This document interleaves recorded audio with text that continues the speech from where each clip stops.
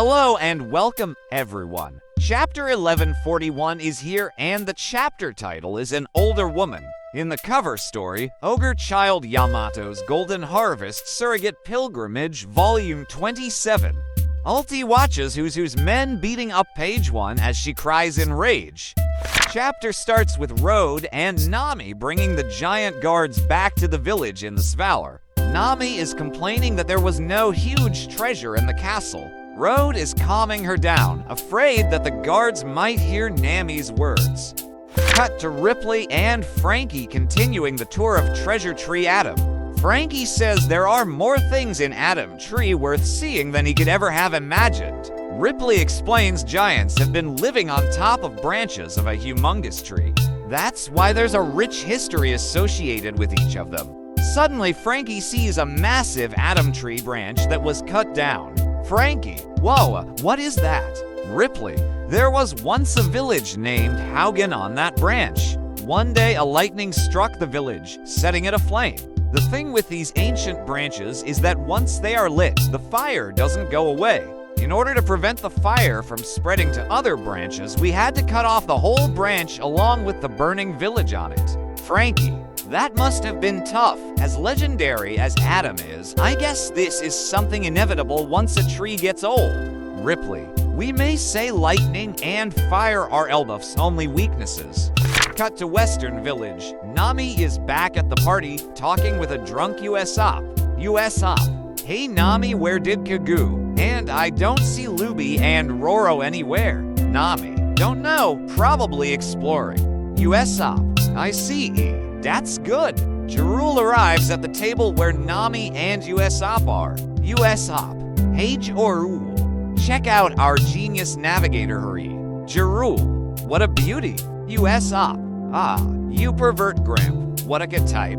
Jarul, Bahaja, my type. An older woman. Usopp jumps and slaps the sword on Jorul's head, which hurts Jarul a lot. LOL. Usopp, like someone like that would exist. You are the eldest of the whole world. Dahahaha. Jarul. Ah. Giants. Master Jarul.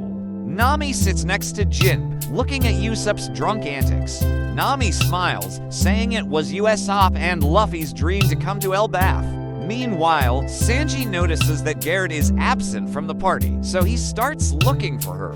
We cut to Road, bringing the giant guards for Garrett to treat. Garrett tries to ask him what happened, but Road tries to hide the truth. In the end, Garrett beats Road up. Cut to Luffy and Zoro. They are down at the underworld and find Loki in a near-death state. Luffy tries to unlock the chain, but it's made of Karoseki, so he gets weak once he touches it. Zoro and Luffy argue. Zoro says it's not safe to release Loki yet. He needs to talk to him first. Zoro walks to Loki and kicks his wound. Loki screams in pain. Zoro, okay, so this injury isn't fake. Luffy, he's almost dead. Zoro, if he dies, this is as far as his fate takes him. Luffy, man, you're so mean. Then Zoro agrees to release the chains, but he will keep one cuff at Loki's ankle intact. Luffy says he will go to get Chopper, but since Owl Library is too far away, they should get the village's doctor instead. Zoro says if that alerts giants of them liberating Loki, they will surely be banished. Luffy says he doesn't care. He will call a doctor from the village. Luffy also says they need to get some meat because no one can recover if they don't eat meat. Zoro looks at the defeated animals near Loki.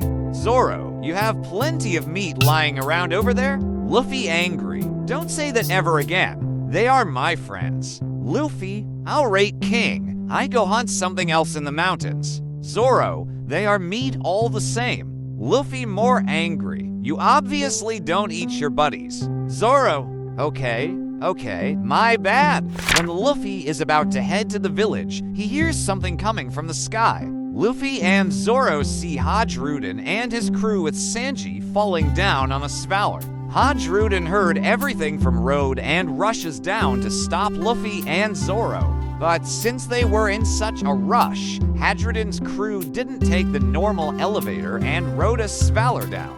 The Svalor ends up falling since there's no island cloud at the lower level.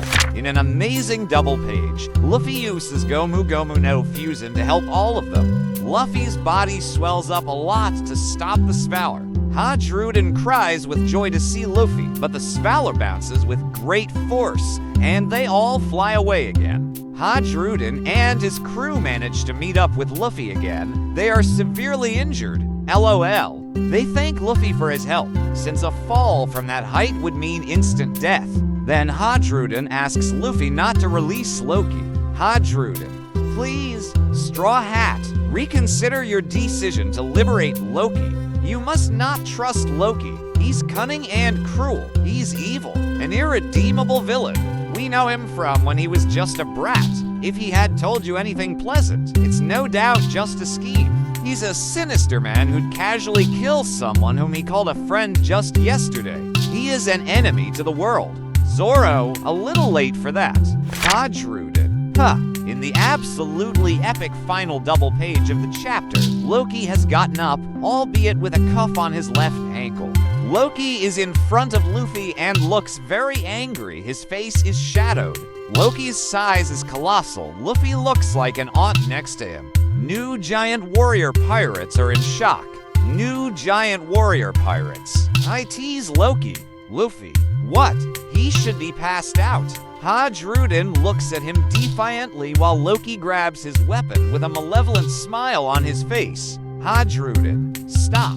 Loki, stay away from the Ragnir.